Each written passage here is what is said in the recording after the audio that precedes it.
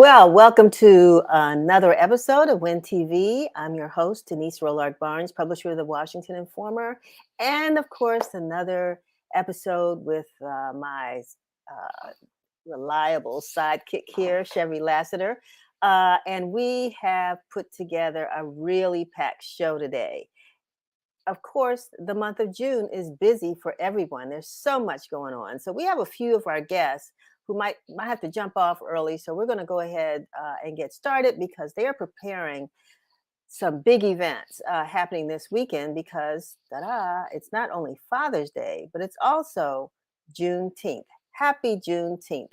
The federal holiday is Monday, commemorating June 19th, the day the demand in Texas for enslaved people were asked to be set free, or actually were set free. You know, the rest of the country was already free.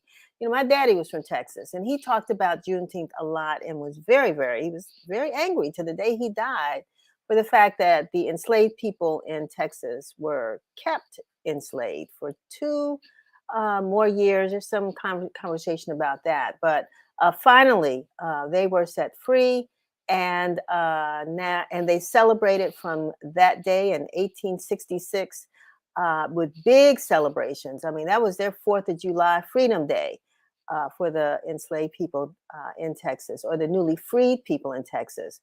And so now we have a national holiday, a national Independence Day, during which, because of us, Congress who passed the bill and the White House who signed it, the president at the White House who signed it. But now we know Juneteenth holiday doesn't mean racism has ended. While you're out and about this weekend, we hope that you will attend some Juneteenth celebrations in person or virtually, support a Black-owned business, and reflect on the progress that has been made toward racial equality and the work that still needs to be done in the United States of America and all places where there is the African diaspora. I also want to wish all the fathers acting in whatever capacity that you do your daddyhood, daddies, granddaddies, godfathers, uncles, all of you. I want to wish you a very, and I should say stepdaddies as well, wish all of you a very special Father's Day. And I hope that you're treated to more than just a tie and a pair of socks. And if what you want is just some time alone, that's fine. Otherwise, if you want to get out and about, we have some ideas for you on this show. But we want to make sure that you are acknowledged not only for the hard work you do, but more importantly, for the love and time that you spend with your children.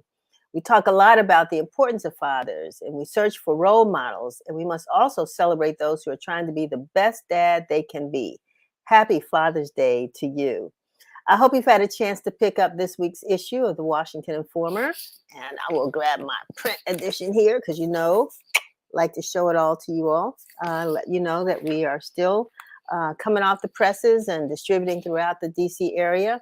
So we hope that you picked up a copy. And we've included in this issue a few things that are happening to celebrate fathers and to celebrate Juneteenth.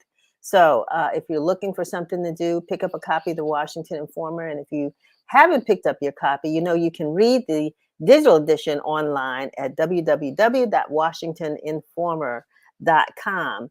And if you're watching on Facebook, we ask you to go ahead and hit share so your followers can see the broadcast. There's early ones that, you know, push that share button and ask folks to join us. If you're watching on Twitter, be sure to follow us and we'll follow you back. And be sure to subscribe to our YouTube channel at Washington Informer TV. Again, that's one word, no spaces, Washington Informer TV.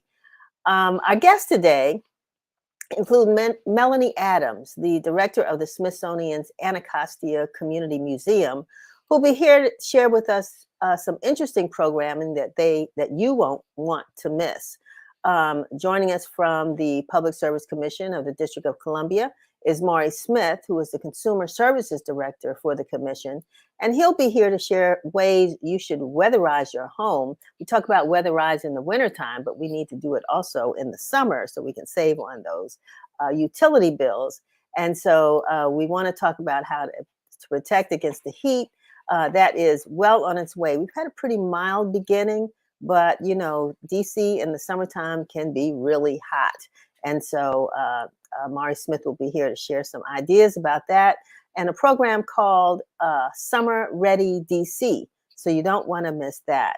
Clinton Burnside, who is the director of the Men's Take 10 program at the Howard University Cancer Center, and Frank Malone from 100 Fathers are here to talk about the upcoming health conference for men at Howard University and what men need to know about taking care of their health.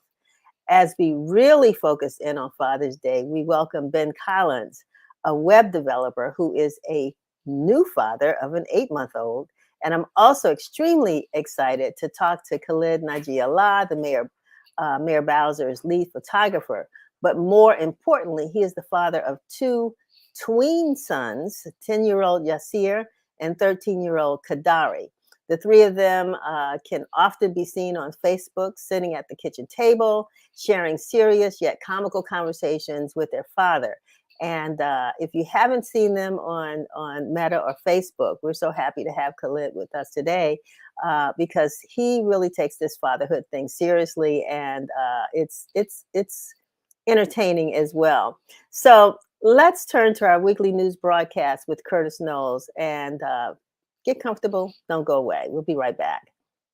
This is WIN TV News, bringing you the news that matters. For the first time in 21 years, BET has become Black-owned once more, and VH1 for the first time now boasts an African-American owner. Tyler Perry has cemented his place in history by acquiring the 2 major television networks, making him the first African-American to do so. The acquisition follows the news that Paramount Global has sought to sell a majority stake in BET, and with the purchase, Perry assumes control over BET Media Group, which includes other networks such as VH1. As the new owner of these influential networks, Perry is posed to leave an undeniable mark on the future of Black-owned media and further amplify underrepresented narratives on a global scale. The U.S. will have its first Bangladeshi American and first Muslim woman federal judge after the Senate confirmed Nusrat Chaudhry on Thursday. The civil rights attorney was nominated by President Biden to the United States District Court for the Eastern District of New York in January, was confirmed to the life-tenured position with a narrow margin of 50 to 49 votes. Most recently, Chaudhry served as the legal director for the American Civil Liberties Union of Illinois and, according to her own records, has a track record for advancing criminal justice reform, immigrants' rights, and reproductive care access. She was previously director of the ACLU Racial Justice Program as well, and the ACLU commented saying, quote, "Nusrat is a trailblazing civil rights lawyer, and her confirmation will be a major asset to our nation's legal system." Former President Donald Trump was arraigned at a federal courthouse in Miami on Tuesday. Miami Police Chief Manny Morales said on Monday that the city was bracing for the possibility of thousands of protesters at the courthouse and has been coordinating with federal, state, and local partners to, quote, "ensure that we maintain peace and order." Following the booking process, Trump and his attorneys entered the courtroom shortly before 3 p.m., where he entered a plea of not guilty to all charges. Trump, now 76, was indicted last week on 37 federal counts, including willful retention of national defense information, making false statements and representations, and conspiracy to obstruct justice. The indictment says that Trump's claims to the documents expired the moment he left office, but he intentionally held on to the top secret and other classified documents, in some instances, for over a year and a half after he left office. Thank you, Curtis, and welcome back to WIN TV. Before we bring on our first guest, I want to remind you to visit us again at WashingtonInformer.com and sign up for our daily e-newsletter.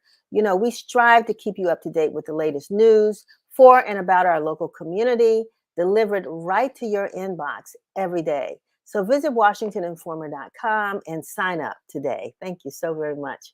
The Anacostia Neighborhood Museum, established in 1967, provides exhibits and programs sought to preserve and share the rich history and culture, vibrancy, and contributions of Anacostia's African-American community.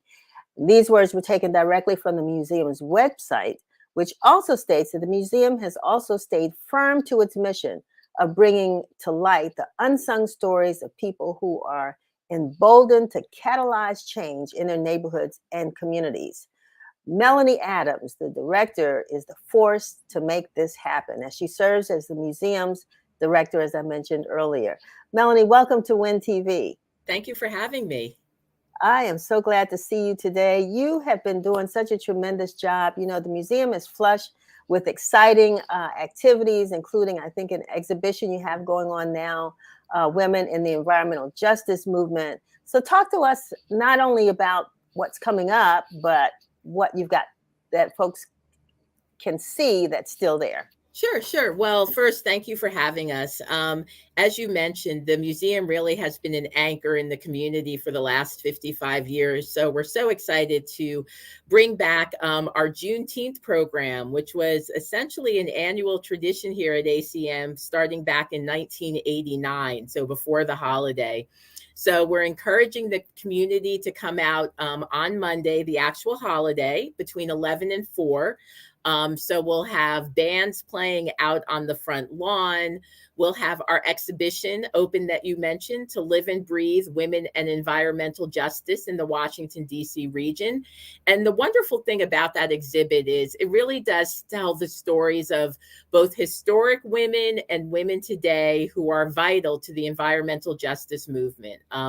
We like to say that it's usually women of color who first realize something is wrong by seeing that their children are sick. So is it the ground? Is it the air? Is it the water? In addition to the exhibit, we encourage people to come out and participate in an urban gardening workshop. So between 11 and 1, our urban gardener will be here giving people tips, showing them how they can create a wonderful garden in their own backyard. We'll have East of the River trivia. So for those of you who are really into trivia, this is an opportunity to come out and test your knowledge. And finally, double Dutch lesson. So if the last time you double Dutched was when you were in 5th grade, we challenge you to come out and try it again. There'll be a contest. So really just a family fun opportunity this weekend, specifically on Monday, to come out and experience those activities. But as you mentioned, the museum, we're open 7 days a week from 11 to 4. That exhibit is open at that time. So we encourage you to come out. The exhibit is very family friendly. So there are different interactives that should appeal to children of all ages.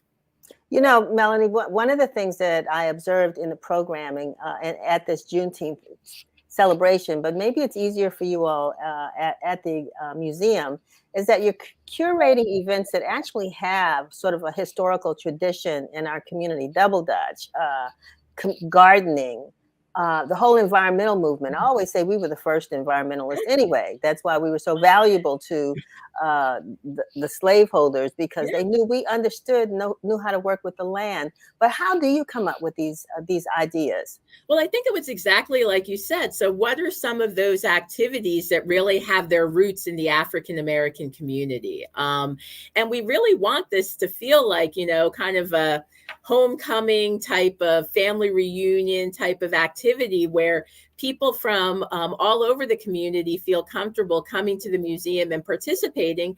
And hopefully some people who haven't been to a Juneteenth before and just want to kind of see what it's all about. I feel like the making of the holiday as a federal holiday has really opened it up to so many people.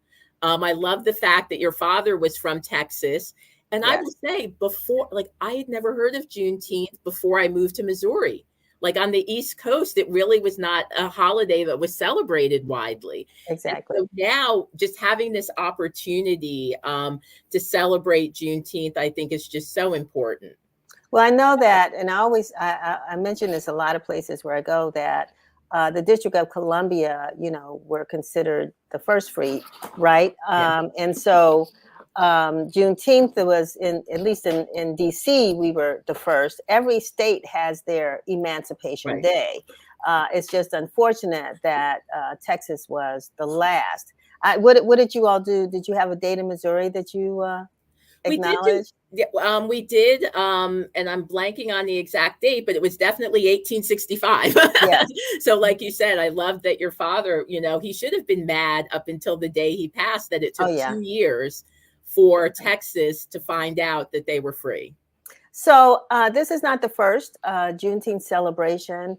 And why do you think it is so important for the museum to have this day and to continue? Because we have an editorial in our paper this week that, you know, kind of looks at whether Juneteenth is going to, you know, our holidays, we don't, I think, enforce or reinforce these holidays like we should. It's important for us to do that, and it's important for the Smithsonian to do that. So why is this important to well, I think it's celebrate? This holiday is such a it's so grounded in who we are as a museum, as you know, founded back in 1967. And our first director, John Kennard, he really felt that we should reflect the people that lived east of the river and the communities east of the river. And so even before it was a federal holiday, this museum understood the importance of Juneteenth to the African American community. And so I think being able to bring that back, and also this idea of joy. We don't have a lot of holidays related to joy in the African American community. And while this one is, you know, remembering when enslaved were freed in Texas, it is kind of this opportunity for joy and for people to kind of come together around this event. And so we just feel it's something, you know, it'll be an annual holiday here at ACM. And we also feel it's really important to do it on the actual holiday. Because we know there's a weekend's worth of activities going on. And so people have the opportunity to go to something on Saturday at African American History and Culture. There are activities on Sunday, and then we'll end it on Monday. Wonderful. Now tell us again where the museum is located and how accessible is it? What are ways that people can get there? We're at 1901 Fort Place Southeast. So we're right up Morris Road. And so we do have a very small parking lot, and there is street parking, but we also encourage people to take public transportation. So we're off the Green Line, and then there's a bus that runs right up Morris Road, and it'll drop you off at the museum. Wonderful, wonderful. And the address again is? 1901 Fort Place Southeast. Okay, wonderful, wonderful. And one time, the hours that folks should come through. So between 11 a.m. and 4 p.m. The gardening workshop will be from 11 to 1. But then if you look on our website at acm.si.edu, you'll find the whole schedule of events. Thank you. Thank you, Melanie. I know you've got to go. You got to get ready for the weekend. But let me ask you, is there anything that's coming up that we need to think about after we get past Juneteenth? What else is going on over there that we need to plan to attend? The next event we have coming up after Juneteenth. So we did just open a farmer's market. So that happens every Saturday from 10 to 2 on our plaza. So I would encourage people to come out to the farmer's market. The produce changes weekly. So we're getting fresh produce, and it's a great opportunity to participate in the farmer's market and then also step inside and see our exhibit. Wonderful. Melanie Adams, director of the Anacostia Community Museum. Thank you so very much for being with us today, and look forward to having you back. Yes, thank you for having me. Enjoy the rest of your day. Happy Juneteenth. Yes. Okay, so we're going to now bring Maurice Smith, who's the Director of Consumer Services for the DC Public Service Commission, to come on and talk to us about what is Summer Ready DC. Mr. Smith, welcome to WIN TV. Thank you. Thank you for having me.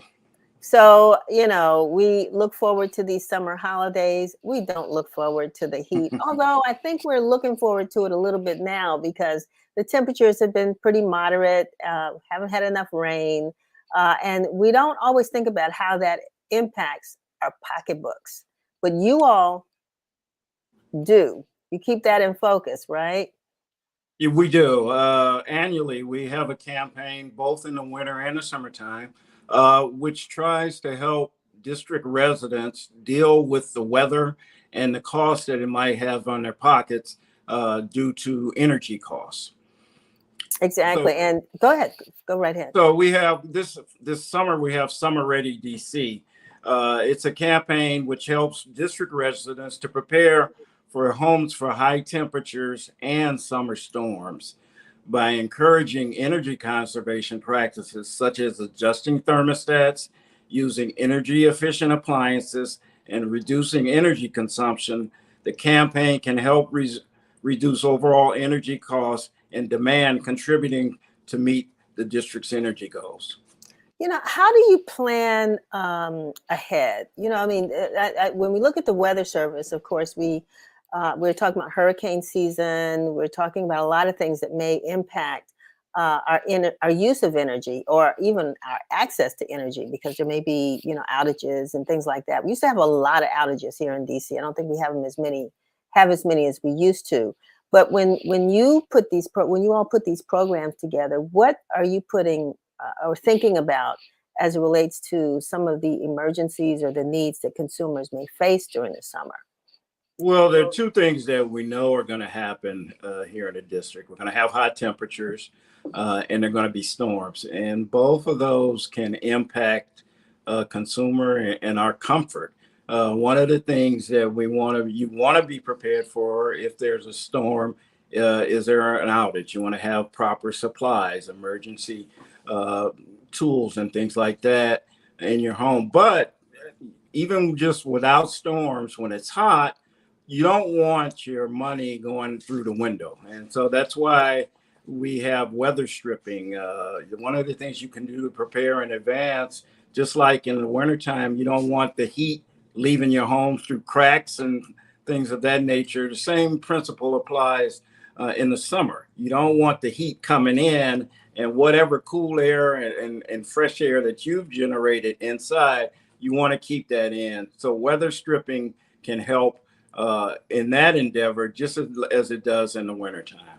You know, some of our neighbors don't necessarily like putting curtains, blinds up, things like at their windows. They, like that open look. But how does that impact their utility bills? Well, it does have an impact. One of the things we recommend in some of our tips are closing your blinds, or if you have drapes or curtains, so the sun during the day, so the sun can't come in and get trapped inside of your house. You want to block that sun out. And then in the evening hours, when it isn't as bright and it isn't as powerful, then you can open your blinds and your curtains at that time and get some daylight. Wonderful. Are there any other ways that you can think of that folks can reduce their energy bills? Well, yeah, you can. There are energy efficient light bulbs. That's another thing that we spend a lot of money on. Everybody's house has light bulbs, and throughout, it's worth the investment to get some bulbs that don't generate the type of energy indoors and don't suck the energy in terms of your usage. And that you can see the reflection of the savings on your bills. Now, it may start off at pennies, but pennies add up. Right. So it's a long-term investment and worth the cost. So the Public Service Commission has created or put together what you call these Summer Ready DC kits. Yes. What are they? What's in them? How can people access them? Again, they're weather stripping materials and energy efficient light bulbs, so the two things that we've talked about, and other materials that can help you save. That you can access or sign up and register for one of these kits through our website. It's a long title, but there it is on the DCPSC.org/summer ready DC. You can get your weather kit through us just by going to our website and registering for them. We will also be in the community throughout the summer at libraries over the course of the summers, handing out the kits in person. The only requirement is you just have to be a DC resident. Wow, that was my question. And how do you prove residency? Well, what are you looking at? a driver's license or, we're going to, for the most part, take your word for it. Just give us a good address. We're not going to be like the address police about this. So, but if you can just show some evidence that you're a DC resident, we'd be more than happy to give you some materials. Well, these kits also, once you get it, of course, you may not use everything in it. So is it still useful as we move from summer into fall and winter? Well, yeah, some of the, especially the stripping for your doors and windows, that has year-round applications. And maybe if it's something that you can use, maybe your neighbor can use it. But hopefully everything that we will have in the kit will be of use to consumers, and they can get some cost savings from it. Can you give us a sneak preview of where you might be this weekend? Yes. Are you all out today? We are. For the weekend? Let's see. Excuse me. Consult my list. Wednesday, June 21st, we're going to be at Ward 7 at the Dorothy Heights Neighborhood Library. In the month of July, we're going to be at the Anacostia Neighborhood Library, July 19th. Wednesday, August 16th, we'll be at the Lamont Riggs Lillian Huff Neighborhood Library. And Wednesday, September 20th, we'll be in Tinley at the Friendship Neighborhood Library. Wonderful. Well, if you know where the library is, you'll know where to get a kit. So that's yeah, a and good you thing. can find these dates and locations on our website as well. Wonderful. Well, I want to thank you so very much for sharing this valuable information with our viewers. It is going to get hot. I know it is. We're already talking about the temperatures in Texas. Can you believe it? I mean, up to as high as 119 degrees in some places this weekend. So we know that might be headed our way, and it's good to be prepared. And so we appreciate the Public Service Commission's of making these kits available to DC residents. So, and for you coming on to share this information with us. So thank you. Well, thank you for inviting me. All righty. Have a good one. You too. Happy Juneteenth.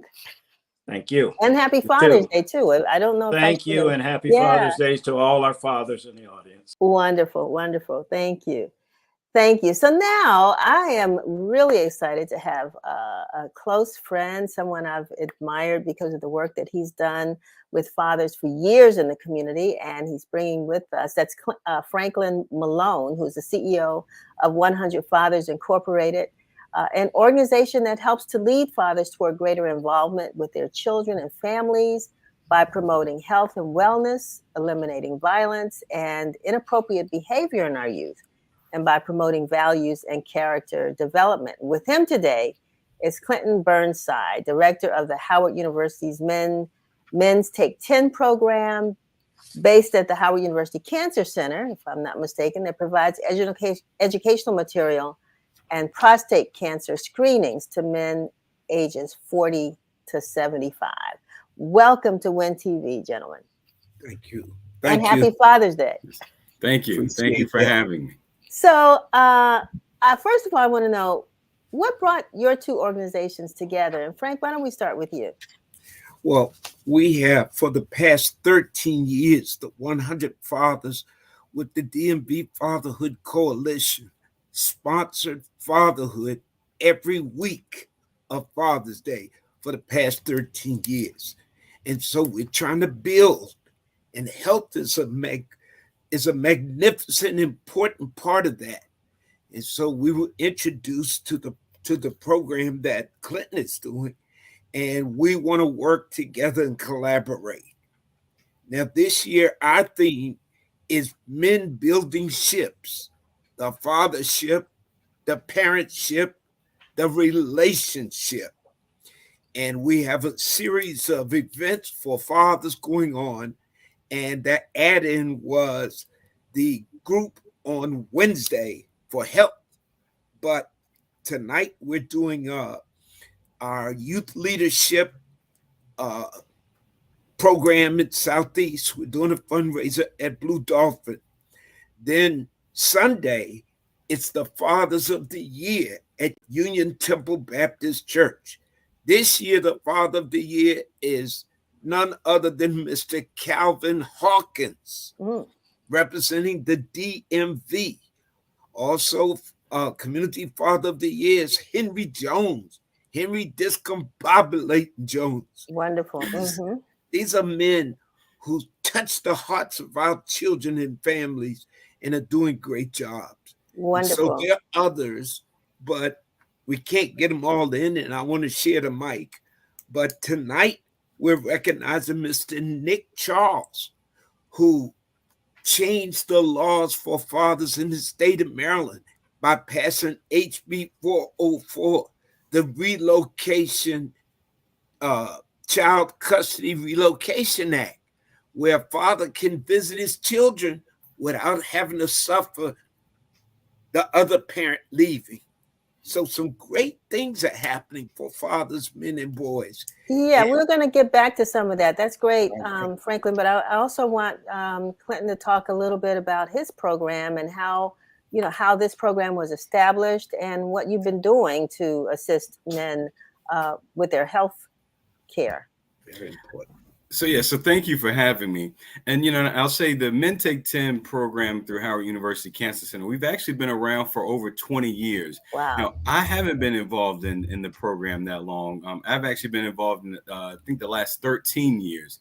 And that's about the time I met Brother Malone through some community engagement activities in partnership with Union Temple Baptist Church. But just to share a little more about the Men Take 10 program, quite honestly and simply, we're a men's health education early detection program.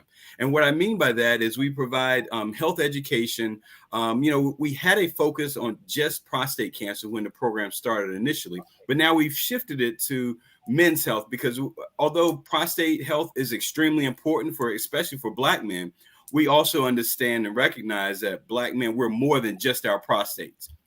So we provide the health education, which then, and part of that education helps them to realize or to recognize their family and personal health histories, as well as their personal risk factors for different diseases. And then we want them to also understand the recommendations around early detection. So that leads us to the second part of the program, in which we provide early detection services for, blood pressure. We do blood pressure screenings, prostate cancer screenings, and as well as other health screenings as we partner with other organizations. And then the latest or the newest component to the program is our support group. It's peer-to-peer support, in which we meet on the second Wednesday of each month. And right now we're 100% virtual, but because of the feedback that we've gotten from the community and from the brothers that participate in this group, we're actually working towards creating a hybrid model. And I say hybrid because we have brothers from as far as California that joins that group each month. Wow. And so that's really what we're about, just really providing the education, being a source or resource for education, early detection services, and then support around different issues. So one of the things I'm trying to sort of wrap my hands around, Clinton, is that a lot of times we have programs. We're in this state right now, and Frank knows this, where we're trying to get more men into the doors of doctors' offices and places like Men Take 10 to actually go and get these examinations, whatever they may be. But getting them in the door sometimes is a harder challenge than anything. And is that what makes the partnership work? I mean, Yeah. What is it? Is that what works? I'd like both of you all to respond to that. Let me say that one of the most important things that a father needs to have is his health, because he can't be a father without it. I'm a cancer survivor. Had I not had my wife, other people to get me to treatment, I wouldn't be here. So the work that Clinton does is essential. Because Frank, can we go back though? Talk a little bit about that, and I want you to respond too, Clinton. You said, had it not been for your wife, what was it about Frank that just prevented you from doing this without having someone to encourage you to seek help? Was it fear? What was it? It's not something we men normally do. Mm-hmm. And Clinton knows this. We don't do the pre-treatment or the get the information up front. It got too late for me. I became stage 3. And I had to go to save my life. And I hope other men will get out in front of their health issue. And that's why Clinton's program, we work with Ambrose Lane, who's got the Health Alliance Network. That's our connection. And we're trying to open doors so that men can walk in the door.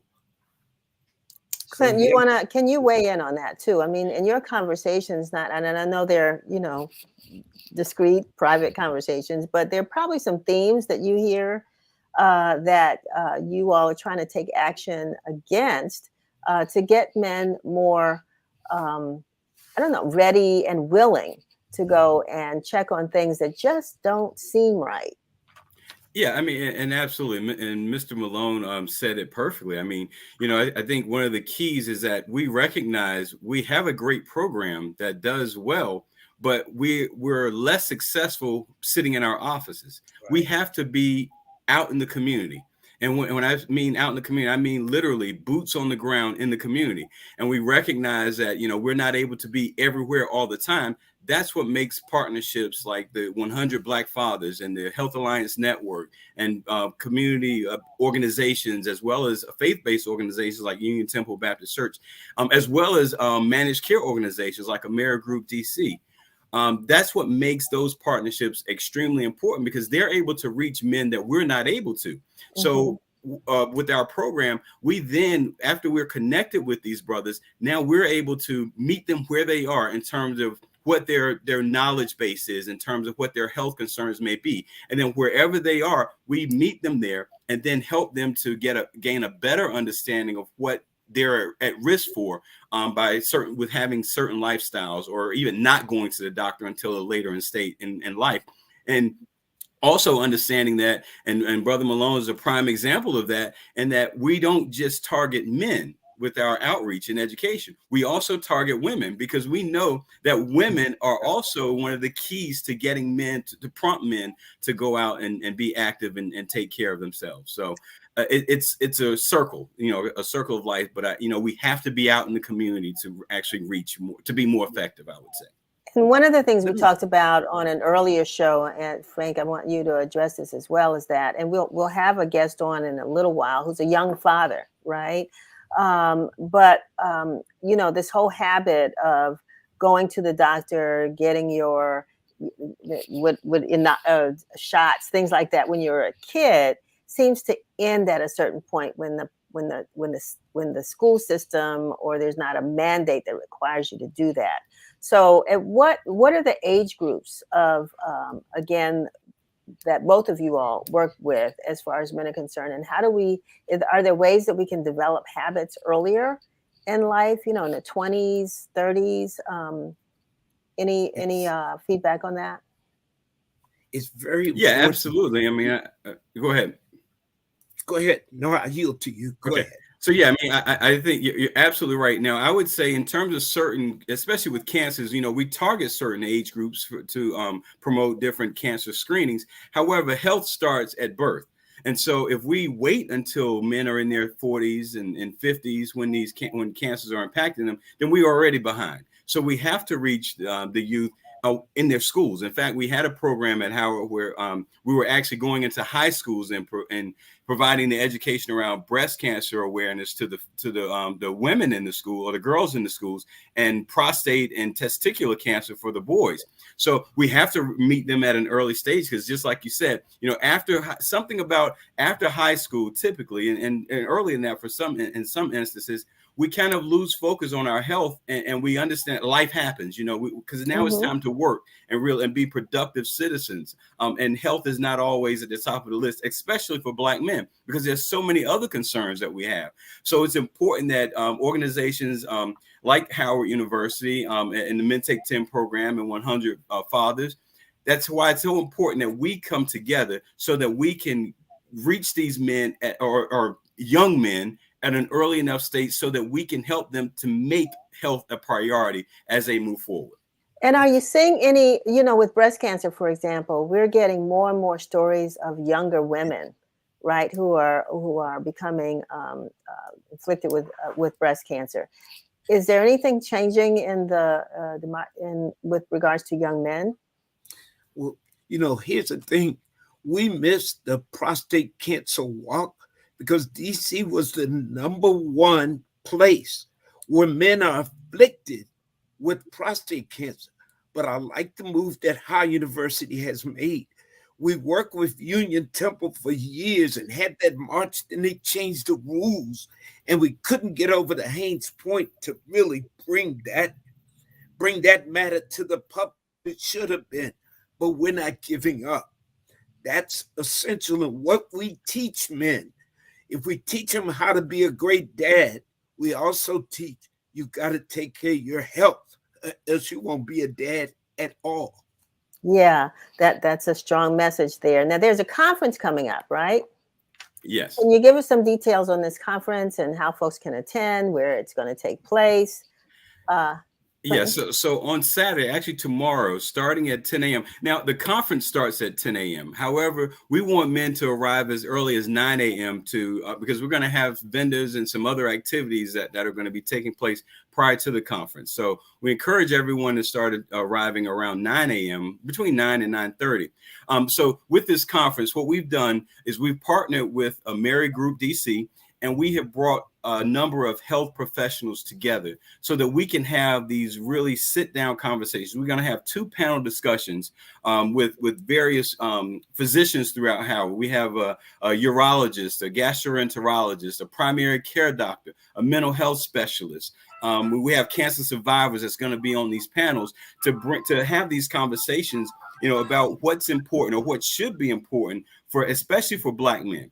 And so we invite everyone to join us. So you saw that the information is available. You can contact me directly, or you can go to some of our social media sites, or you can also find the information about the event on Eventbrite as well. What about dental health? I'm curious. I'm sorry? Dental health? Yes. So that's actually one of the vendors, the health vendors that's going to be there. We're going to have dental students there that's going to be providing services like giving general oral exams on Saturday with, if they have any significant findings, then they can make arrangements for you to come in for specialized care as well. So, so that's extremely important. In fact, we tell men, it's important from the head to the toe. And I love this. The title of our conference this year is From One Brother to Another, Let's Be Real. And real means relevant, engaging, accountable, and legacy builders. That's great. So let's be real. Wonderful. Frank, now how is 100 Fathers partnering with this? Yeah, we have a vast network, Denise. We're in Maryland, DC, Virginia. We partner with the Health Alliance Network, which has been fighting for healthcare, especially in Ward 7 and 8. Ambrose Lane, who will receive an award tonight at our event for the influencers, is one of the keys to helping us to get our information out to men. I represent more than 100 fathers. I'm also with the Black men working together and with the Million Man Vote and the Million Fathers Project. Tonight, we'll connect with the man that has 400 churches that's going to join us and help us to get this word out, not only DC-wide, but internationally. So it's time for us as men to stand up, represent for our families, but we can only do that if we have a healthy outlook on life. So I appreciate the work you're doing, Clinton. Thank you. And we will reach out across the aisle and make this a reality for everything we do as we train young men and older men, because we also have a council of elders. And Denise, you also put us at Blue when we had that brotherhood program. Those kids love them older brothers. It's working. It works. I'm just wondering where the rest of our funding is coming from, because we got the solution. All we got to do is work together. Wonderful. Well, I'm glad that we're here today to talk about this now.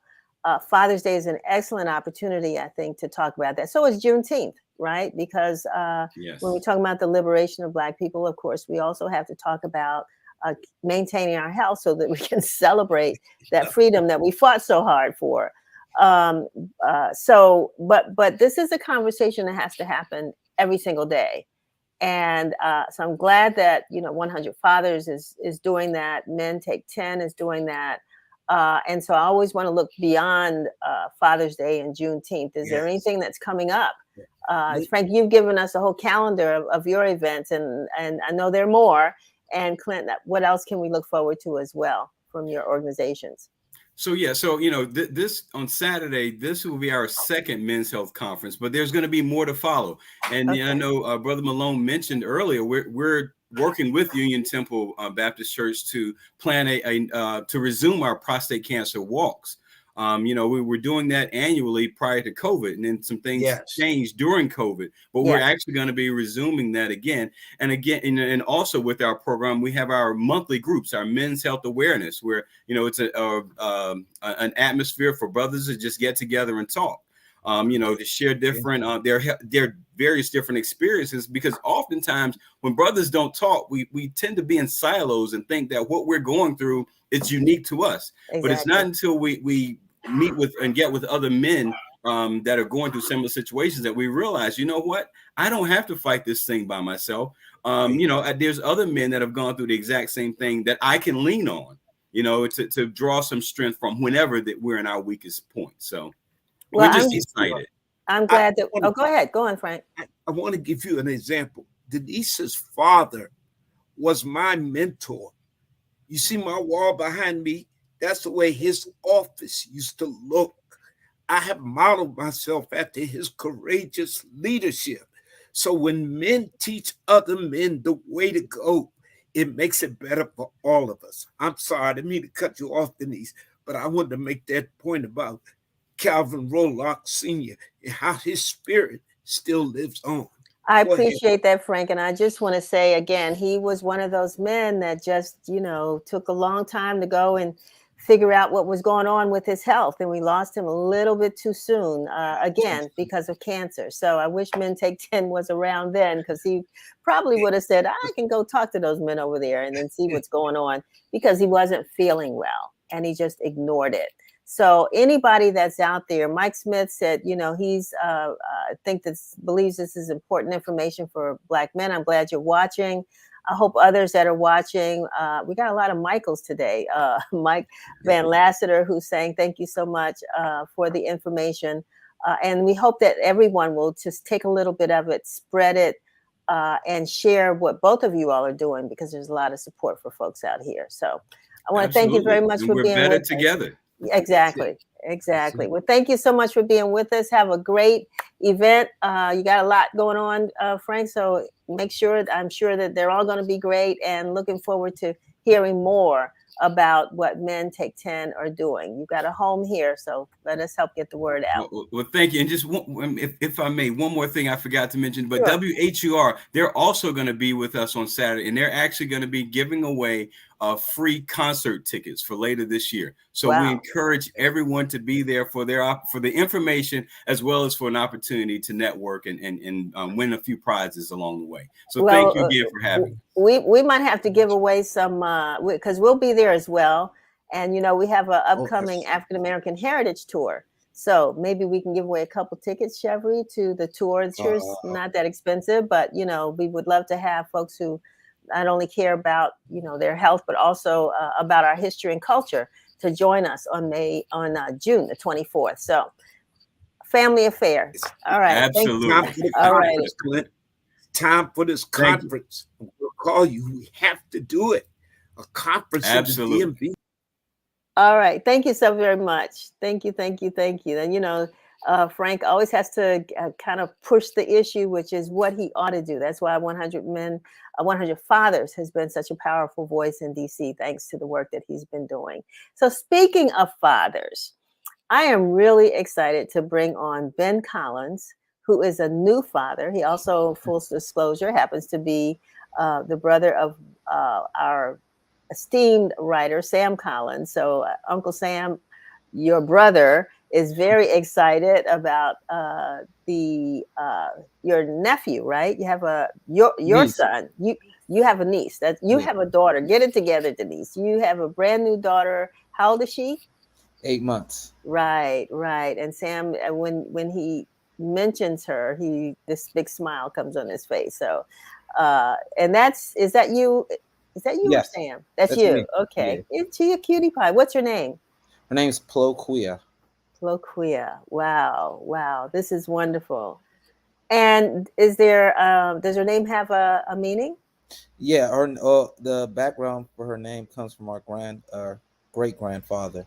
His name was Ploquia. So we just wanted the name to live on in the family. Wonderful.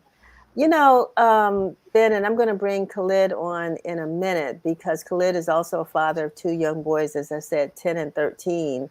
But, one of the things that we had a conversation about earlier, and I want to talk to you about it more so than Khalid, is this uh, term that floats around in our Mhm. community called baby daddy, right? And when I think about Father's Day, we don't always put men in that category in the same Mhm. category as fathers. Mhm. Um, I don't know why there's. Tell me how you feel about the term Um, as a young man, especially. well, I had because the term it goes around is used so frequently. Even sometimes I have friends, and I'd have to correct them. They would refer to me as my wife's or my fiance's baby father, and I tell them, look, I'm married. That's my wife. I'm not her baby father. To me, when I hear the term baby father, it's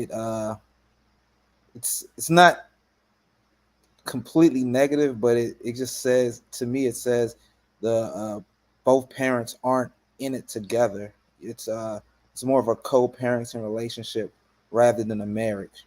Mhm. So for me, I want to the the reason why I don't like that term is because I want it to be known that me and my wife are in it together. We're both raising our child together. So there's nothing wrong with a co-parenting relationship, but just I just want that to be known. And speaking of, how has becoming a father changed your life? It's changed it significantly. Um, I've always been serious about everything I do, but now I'm like very conscious of, I guess, what I say, what I eat now. I've been conscious about that, but I'm a lot more conscious about uh, my health, especially around my daughter. I don't want her to pick up any habits. Um, I'm very conscious of, and me and my wife are very conscious about the way we talk to each other now, especially around her, because don't want her to develop any. We don't want her to develop any like negative, I guess, attitudes or pick up any type of bad, uh, uh, uh, uh, I guess, problem solving skills. So even when it comes to music, some of the music I listen to, it might not be as positive, but um, it never crossed my mind until I had my daughter. Now I'm very conscious about, or very conscious about what I play around her, what's watched around her. So um, I guess every decision I make now, I always I think, okay, how's it going to affect her, rather than just myself now. Wow, that's the big one. Every decision I make, I wonder how it's going to affect her because now at this point, your life is feeding into hers, and I think that's one of the things that happens usually automatically with women, but we wonder, how it impacts dads. I want to bring Khalid on, Khalid Najee Allah, who is the father of two young boys, ages 10 and 13, who keep me so entertained on Facebook.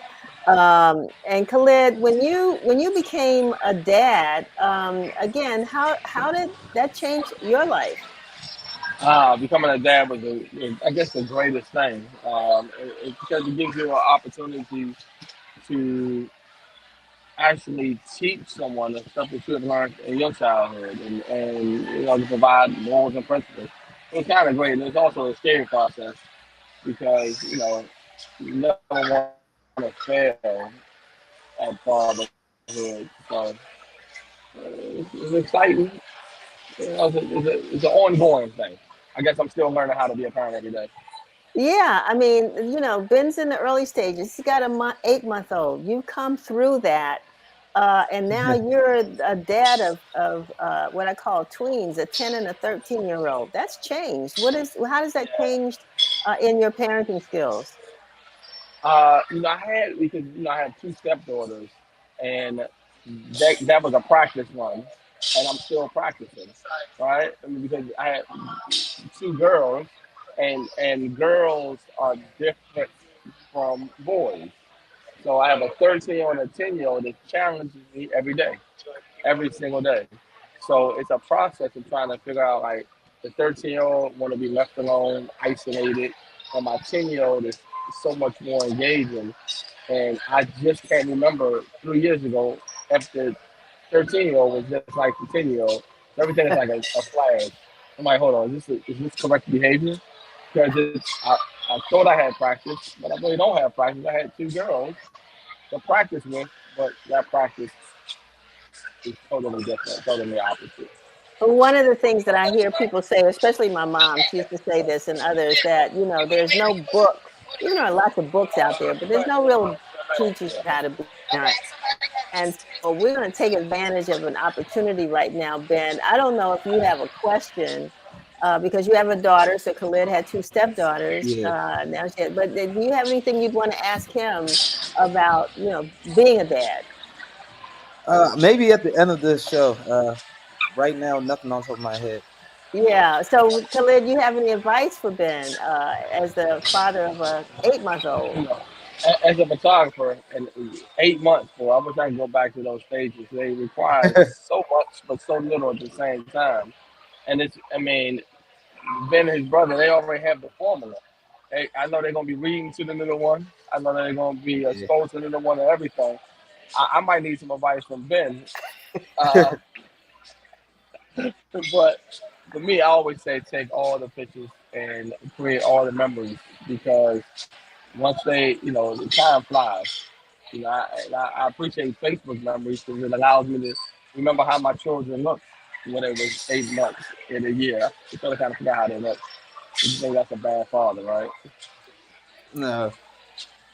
Yeah, I think Chevy says we have a little video. We want to show this really quickly. I Father's made this Day. this morning. Thank you, Of Khalid, course, for they sharing forgot me. this. We're gonna go. We want to watch this for a second. A day in the life of Khalid Nagiallah and his two boys. All right, it's Father's Day weekend, but my son's gonna say Happy Father's Day to me today. Y'all didn't know what Father's Day was? I thought it was today because the people in the barbershop said it was. They didn't say it was Father's Day. They said they have to prepare to cut a lot of people's hair for Father's Day. But it's a shame that you don't know when Father's Day is, right? I don't know when Mother's Day is either. Oh no, that's totally a lie. I don't know So what day it is. yeah, you know it's on a Sunday. You know it's a Sunday though, right? So Yeah, you know it's a Sunday. And hey, why you keep backing up, Slim? Okay, yeah, we don't get no love on this day. Come on, man, let's go. I love it, Khalid. I love it. That's hilarious. I have a video actually. I would love to show my two sons. I'll do that at another time. But someone asked about discipline. Is your father a hard disciplinarian? And so let's talk about that too, because sometimes the dad is it depends. They run to dad. The girls run to dad. The boys run to mom. So, I mean, and Ben doesn't know that yet because his daughter's whoever shows the love, that's who she's going to love. Mm-hmm. But, Khalid, how did you handle discipline with your boys? Since I'm a single dad, it's funny because I have to play the nurturer and I have to be the enforcer in the person. I mean, their mother is great, but they only when they look at me, I have to provide everything, so they don't have that mother to run to at that moment. So discipline comes with me.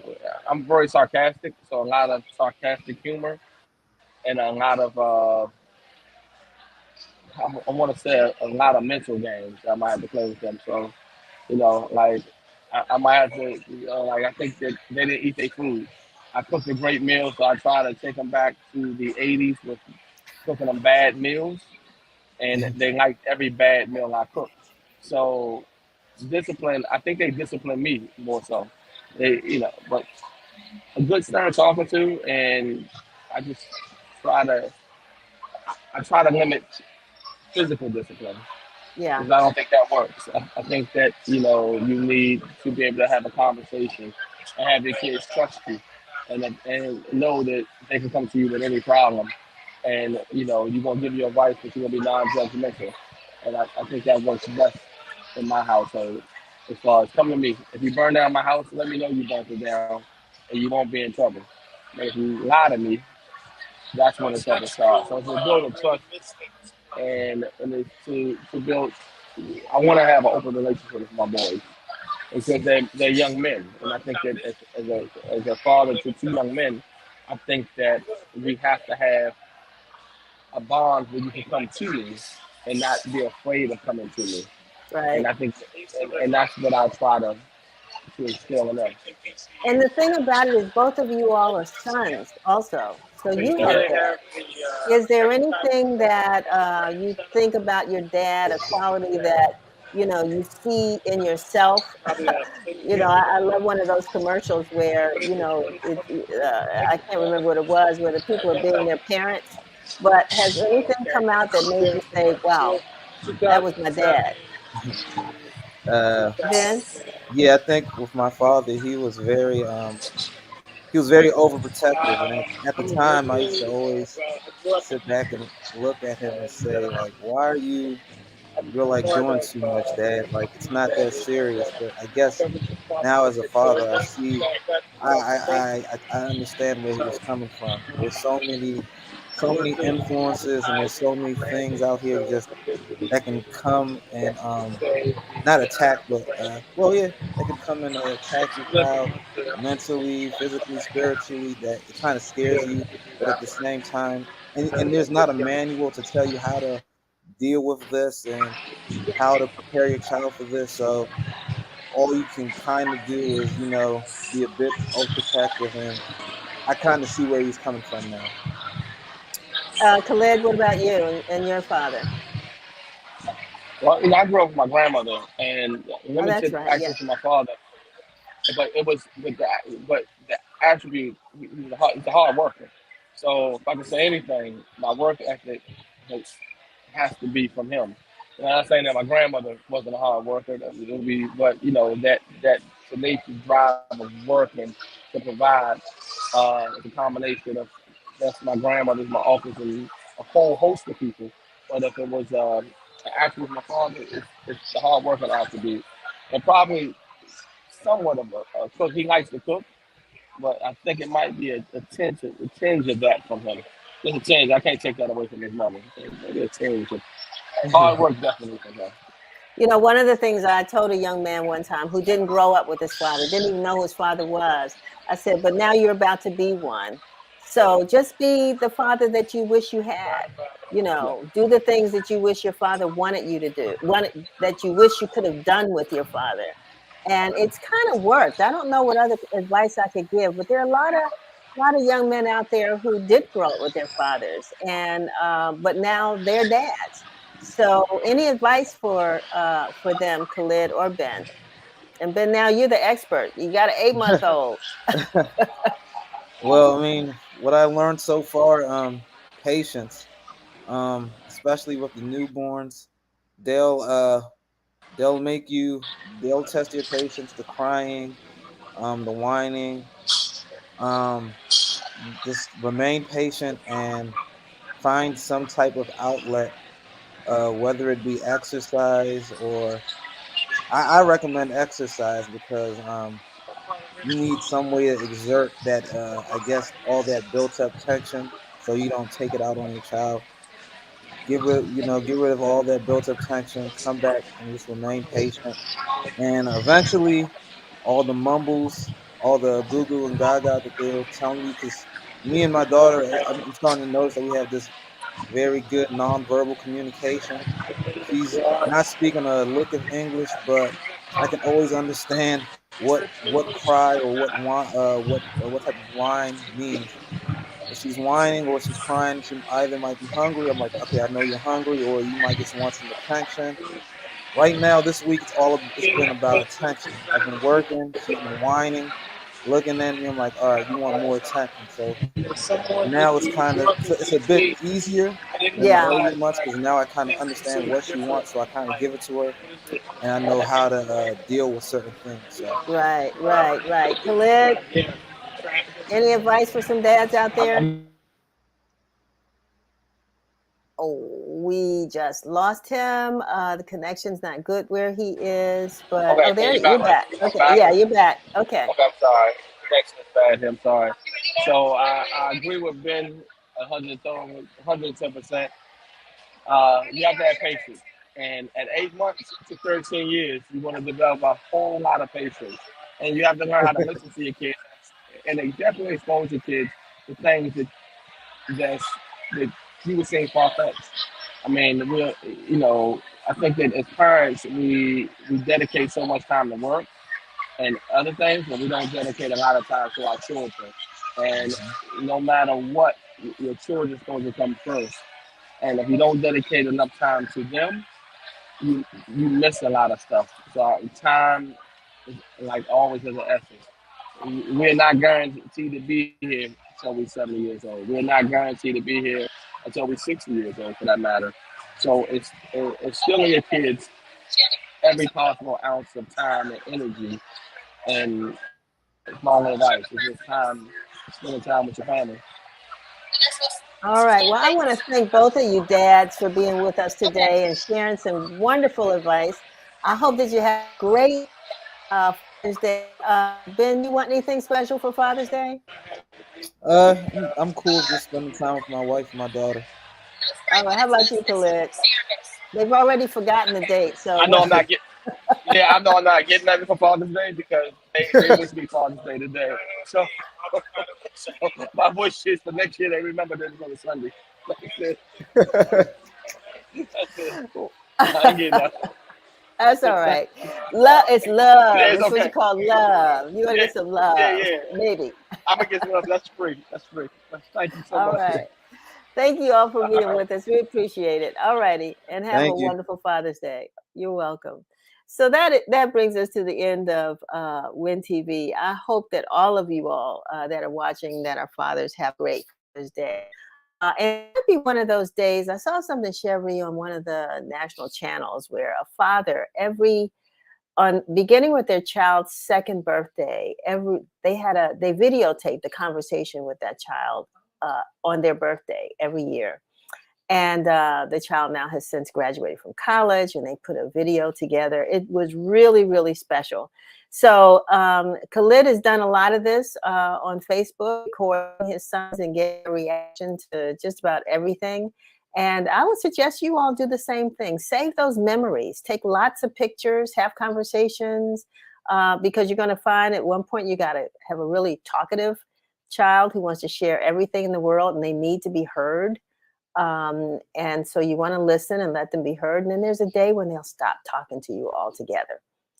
And then you have to figure out how to listen and how to let them be heard. So, it's life in process. It's a great experience. I want to wish again all of you a wonderful, wonderful Father's Day, and happy Juneteenth as well. And we'll see you next week, same place, same time. So long.